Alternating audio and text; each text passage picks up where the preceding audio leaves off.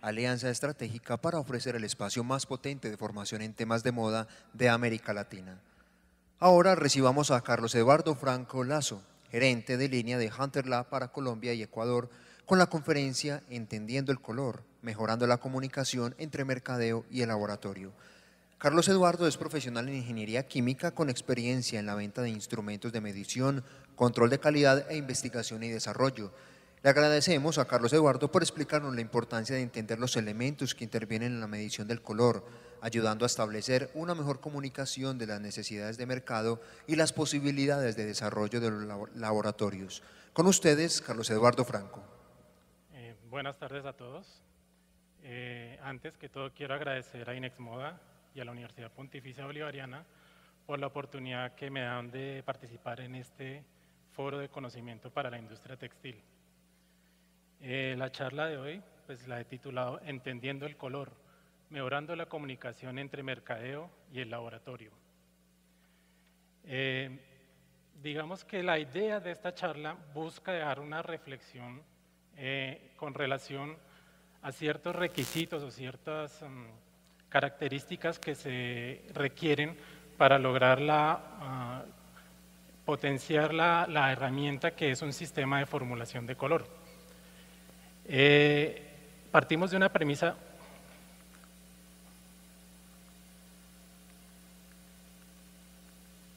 perdón.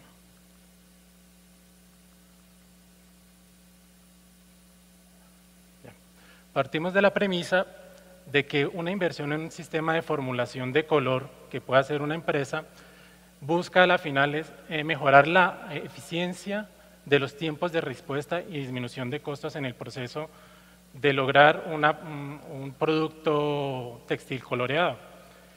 Sin una herramienta que constituye un instrumento de medición de color y un software de formulación de color, la formulación es posible solo a través de la experiencia que se ha recogido con los años, la ha recogido un formulador o un colorista en una empresa. Con esto se busca obtener tiempos de respuesta más rápido cuando yo puedo lograr una fórmula en 2 o 3 intentos máximo y evito reprocesos y gasto de materia prima y de colorante a lograr hacer intentos fallidos de una fórmula. Adicionalmente, hay que tener en cuenta que el objetivo de la medición instrumental del color y la apariencia en un contexto más amplio es obtener números repetibles que se correspondan con las estimaciones visuales que hacemos los seres humanos. ¿Qué es esto? Nosotros los seres humanos tenemos un órgano sensorial, la visión, constituido por el ojo, un nervio óptico y un procesador que es el cerebro, que tiene una gran capacidad de discriminación de color, pero que tiene ciertas limitaciones al no poder cuantificar el color. Pensemos que los seres humanos tenemos la posibilidad de discriminar hasta 10 millones de colores. Si los colocamos unos juntos a los otros, podemos ver las diferencias entre esos 10 millones. Pero pensemos también que si hacemos un ejercicio y me presenta una pieza de un color, la observo y unos minutos después vuelvo a observar otra pieza de un color parecido, pero pues diferente, por memoria yo no logro hacer la discriminación y no puedo ver la diferencia. Si las viera juntas lo lograría. Entonces tenemos esa dificultad para registrar el color y cuantificarlo. Y como objetivo del sistema de formulación de color es reproducir un color deseado usando colorantes o pigmentos disponibles. Ese es, digamos, el objetivo final de esta charla, es mostrar cómo es que logramos hacer una formulación y cómo hay ciertas circunstancias que pueden magnificar o disminuir la potencia de este sistema o de esta inversión que hemos hecho. Entonces lo primero que vamos a ver es cómo se logran números repetibles con un instrumento. Entendamos que cuando nosotros como seres humanos hacemos una evaluación, estamos circunscritos en lo que se llama una situación de observación visual. En esta situación de observación visual participan 3 elementos o 3 actores. Está la fuente de luz, está un objeto y está un observador. Entonces, ¿qué es lo que tenemos que hacer para obtener números repetibles, poder cuantificar el color con un instrumento? Es ver la manera en que estandarizamos o le asignamos números a cada uno de estos 10 elementos, de manera que se conviertan como en la huella digital de cada uno y ya sean inalterables. ¿Cómo hacemos esto? Primero podemos estandarizar lo que es la fuente de luz o el iluminante. ¿Cómo hacemos esto? Tomamos un radiómetro, el radiómetro hace una medición de la energía que emite cada una de estas fuentes de iluminación a cada longitud de onda en el espectro visible. El espectro visible está comprendido en la región del espectro electromagnético entre 400 a 700 nanómetros. Tomamos las intensidades, por ejemplo, en el primer caso, de la fuente de luz día, que es la luz solar, que nos llega a la superficie terrestre, y esto lo convertimos en tablas de números al hacer esta medición con el espectroradiómetro. Tenemos a cada longitud de onda que cubre el espectro visible, intensidades diferentes de energía a cada longitud de onda. Esto es una tabla de números, o en este caso, una curva espectral que me representa la luz día. Y este ejercicio que hacemos con la luz día lo podemos hacer con diferentes fuentes de luz, como pueden ser la luz incandescente, la típica que mantenemos en los hogares, o una luz fluorescente, que es la típica que se utiliza en un almacén o en un punto de venta. Estas fuentes de luz se convierten en unas tablas de números o un espectro, como se muestra en esta diapositiva. De esa manera logramos que estas tablas de números o esta representación gráfica sea la huella digital de esa fuente de luz y ya es inalterable, y hemos de esta manera estandarizado el primer elemento de la situación visual, que es la fuente de luz. El siguiente elemento que podemos estandarizar es el objeto en sí que vamos a medir. En este caso, como ejemplo, utilizamos un bus escolar amarillo. ¿Cómo logramos estandarizar este objeto? ¿Cómo obtenemos la huella digital de este objeto, la huella digital de color de este objeto?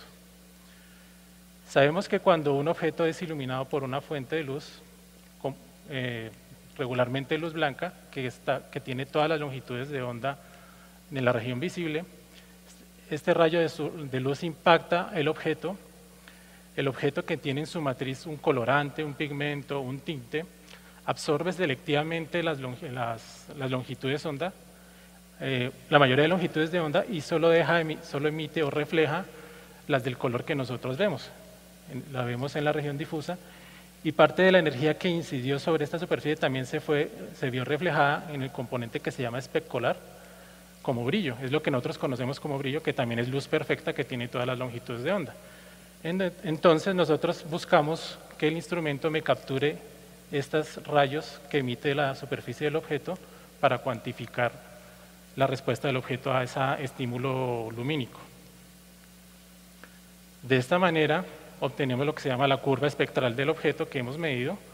Tenemos la reflexión relativa a lo largo del espectro visible de 400 a 700 nanómetros. Entonces tenemos diferentes cantidades de luz reflejada por el objeto a diferentes longitudes de onda. En el caso de este bus amarillo, vemos que se refleja más que todo la energía en la región amarilla y la región roja. Ya esta es la huella digital de ese objeto, ya lo hemos cuantificado, le hemos asignado números, ya es inalterable, y de esa manera hemos logrado cuantificar este segundo elemento de la situación visual. Nos queda estandarizar o cuantificar cuál es la respuesta del observador humano, de nuestro sistema sensorial, ojo, nervio, óptico, cerebro, al estímulo visual, al estímulo colorimétrico. ¿Cómo hacemos esto? En 1928 y en 1931, unos investigadores del Reino Unido hicieron unos experimentos de manera independiente que consistieron en lo siguiente. Se le pidió a un panel de observadores que miraran a través de una pantalla que les permitía un campo de visión de 2 grados, o sea, tenían este ángulo de visión, y lo que se hacía es que se les proyectaba en una pantalla blanca unas luces de prueba. Estas luces de prueba, pues, se proyectaron luces que me registraran todo el espectro de luz visible, desde el azul, índigo, pasando por el verde, amarillo, naranja, rojo, cubriendo todo el espectro, y se les pedía que reprodujeran esa luz que se les proyectaba acá, mezclando las luces que emitían unas fuentes de luz roja, verde, azul, colores primarios. Entonces, ¿qué se registró? Se registraron las intensidades de cada una de estas fuentes de luz que fueron necesarias para reproducir los colores que se les pidieron que proyectaran. Una vez hecho esto, obtenemos una tabla de números que representa cómo los seres humanos percibimos el color, cómo lo sensamos. Entonces obtenemos estas curvas de intensidad para cada una de las fuentes de luz que se necesitan para reproducir cada uno de los colores que fueron proyectados y que se les pidió que reprodujeran. De esta manera ya sabemos cómo los seres humanos sensamos el color, lo percibimos y lo hemos estandarizado, le hemos asignado una tabla de números y ya de esa manera tenemos todos los elementos necesarios para poder asignarle números al color. Ya no va a ser el rojo, el naranja, el azul celeste, que generan ciertos problemas de comunicación y que no logran transmitirnos exactamente cuál es el color que nosotros queremos reproducir. Entonces, ¿cómo logramos asignarle unos números a un color? Para este caso del bus amarillo, tomamos los valores de la fuente de luz que ilumina el bus. La multiplicamos por la tabla de números que representa la respuesta de ese objeto al estímulo lumínico que recibió, y de esa manera obtenemos una nueva tabla de números que se llama el estímulo visual. Ese estímulo visual lo multiplicamos por cada uno de los componentes X, Y y Z que representan la respuesta visual de los seres humanos, y de esa manera obtenemos unos valores del estímulo X, Y y Z que ya me representan qué es ese color. Ese bus amarillo está representado por los valores X, Y, Z. Entonces veamos esquemáticamente cómo es que un instrumento hace esto. Los instrumentos, los equipos de medición de color o espectrofotocolorímetros, como se les debe conocer más correctamente, porque son espectrofotómetros que me miden el color, tienen una fuente de luz. Actualmente los instrumentos utilizan fuentes de luz de xenón pulsado. La luz de xenón es la fuente artificial de luz que mejor me simula el espectro de luz día. Esa fuente de luz emite luz, ilumina la muestra. La muestra pues tiene en su matriz pigmentos, colorantes, tintes, lo que corresponda según la naturaleza de la matriz. Me refleja, absorbe selectivamente los colores y solo me refleja los que no absorbe. Esa señal que emite la muestra es enviada o es transmitida a una rejilla de difracción que lo que hace es dispersarme la luz en todas las longitudes de onda. Esa señal que emite esa rejilla de difracción es llevada a un arreglo de diodos que me capturan cada uno de esos arreglos un ancho de banda muy pequeño de longitud de onda y me mide la intensidad de esa señal que emite el objeto. Esa señal pues básicamente es el espectro del objeto y ya esa información es llevada al computador que con un software me lo procesa y me entrega los valores que hemos obtenido para ese objeto. Entonces ya tenemos la manera, la herramienta para poder cuantificar el color de cualquier objeto.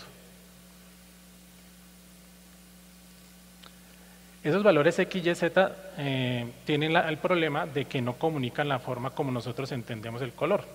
Nosotros al color le atribuimos ciertas propiedades y por eso se crearon lo que se llaman las escalas triestímulo. Nosotros al color le atribuimos tres características. Uno es luminosidad, qué tan claro, qué tan oscuro es el objeto, o el color, perdón. Otro es qué tan intenso o qué tan saturado es el color o no, o qué tan pastel lo sea. Y el otro y el principal es la tonalidad, si es rojo, si es amarillo, si es verde, si es azul, de qué color es. Entonces, a través de transformaciones matemáticas, pues se han creado lo que son las escalas triestímulo de color LAB. Las más conocidas son la Hunter LAB y la CI-CIELAB o CI-L asterisco A asterisco B asterisco. La nomenclatura LAB sin asterisco me relaciona a la escala Hunter, la nomenclatura LAB con asterisco me relaciona a las escalas CIELAB. Y actualmente la recomendación es usar esta escala, que las iniciales CIE se corresponden a la Comisión Internacional de la Iluminación, que es la entidad internacional que rige los temas de color y percepción de temas de visión. Entonces, esta componente L de este bus ya me representa la luminosidad o la claridad del objeto. En una escala de 0 a 100, uno puede decir que este es un bus relativamente claro. El componente A me dice el componente cromático de colores opuestos verde-rojo.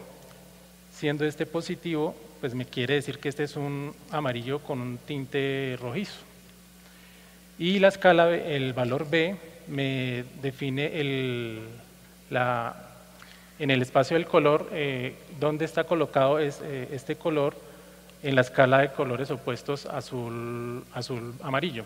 Siendo positivo en B, me está indicando que es dominantemente amarillo con un tinte pues rojizo. Podemos decir que es un amarillo tendiendo al anaranjado.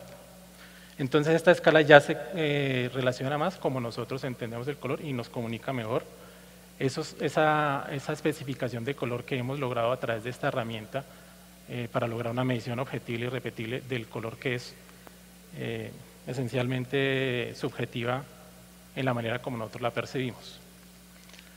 Ya hemos entendido cómo podemos tener una herramienta para poder cuantificar el color. Ahora le adicionamos un elemento más a este sistema y le adicionamos lo que se llama un software de formulación de color.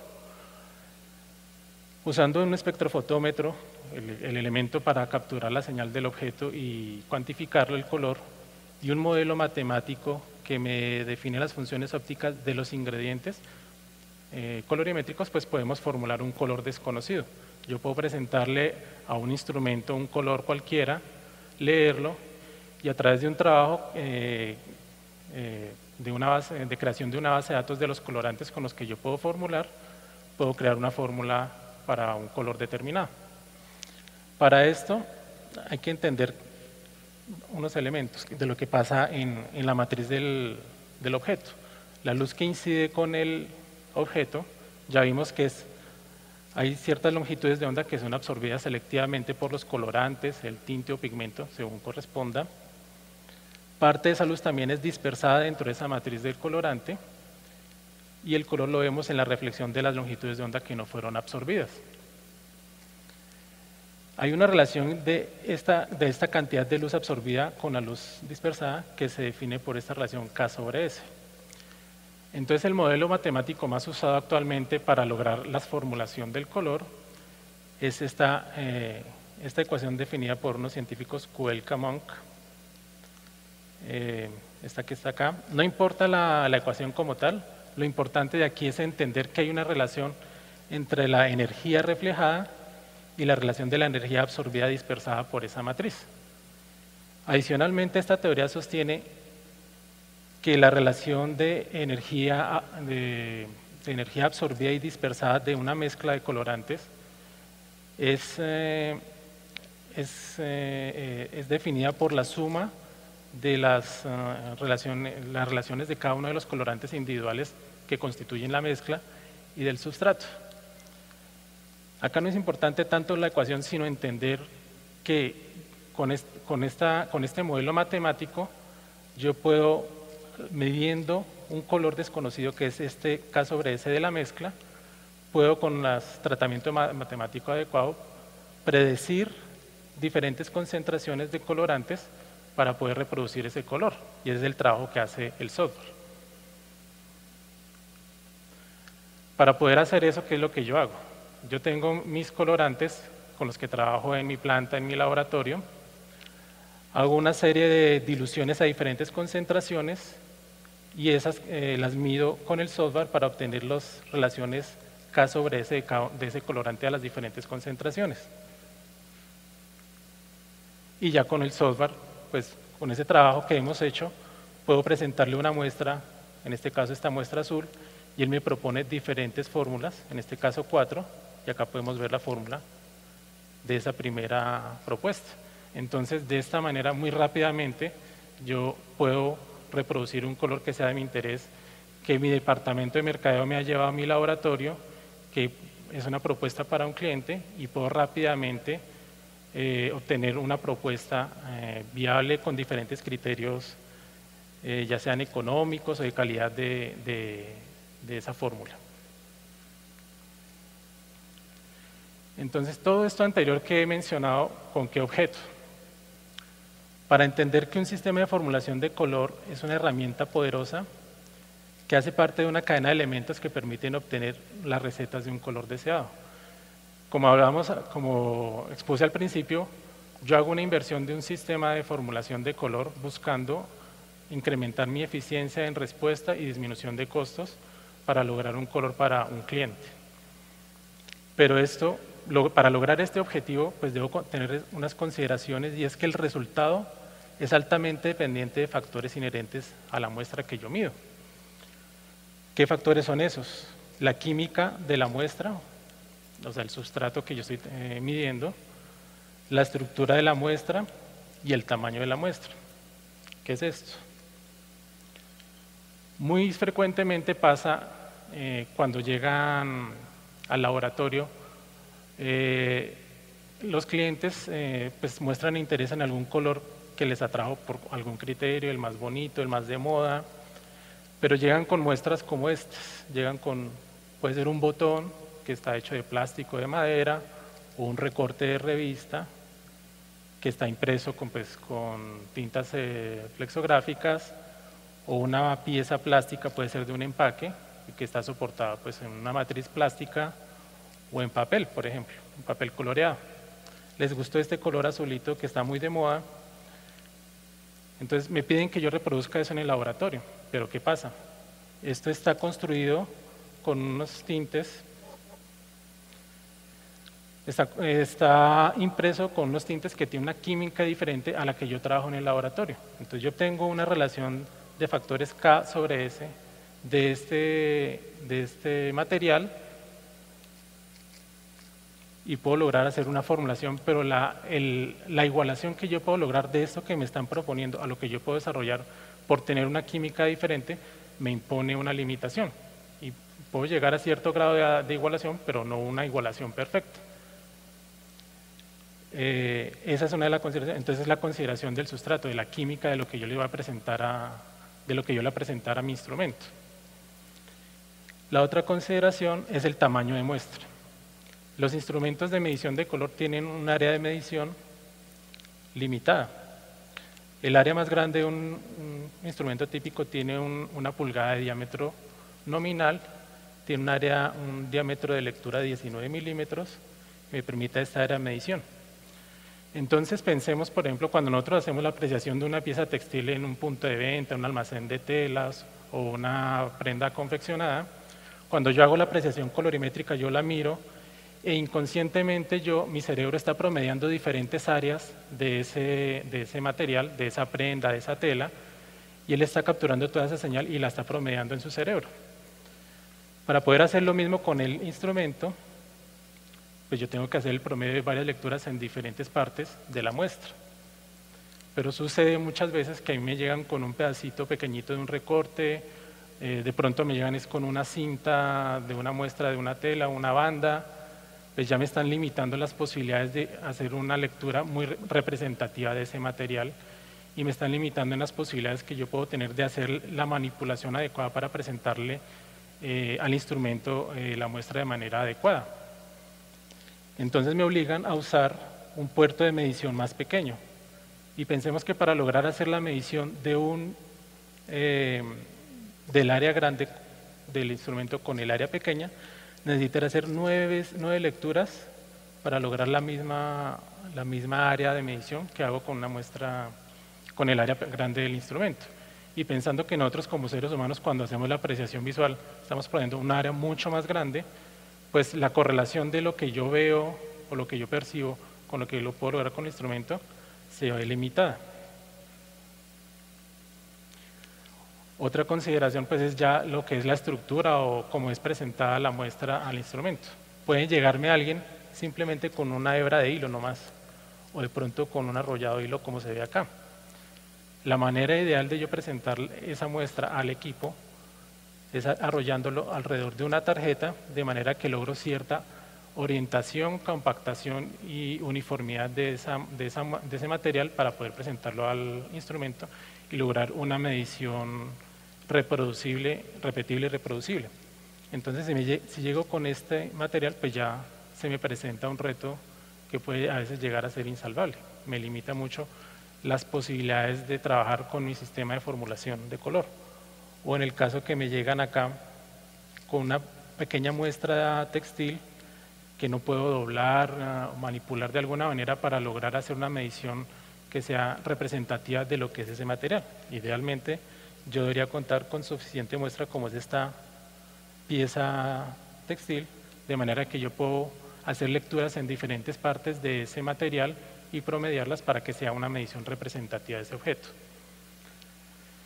Entonces, en conclusión, la reflexión o la idea de presentar toda esta información es saber qué hay detrás de un sistema de formulación de color y precisar ese tipo de situaciones que son específicas para lograr una formulación adecuada, que son la química del material que voy a reproducir, el tamaño de la muestra que voy a usar para lograr la reproducción y la presentación, la estructura del material que voy a usar para hacer la reproducción. Entonces, simplemente la idea es como tener esto en mente y cuando yo me vaya a comunicar, cuando yo voy a comunicar mi necesidad al laboratorista, al colorista, que usa un sistema de formulación de color, tener esas consideraciones y ver qué compromisos yo puedo lograr para maximizar y potenciar esta herramienta o ver hasta dónde yo puedo llegar a compromisos con mi cliente para satisfacer su necesidad. Muchas gracias.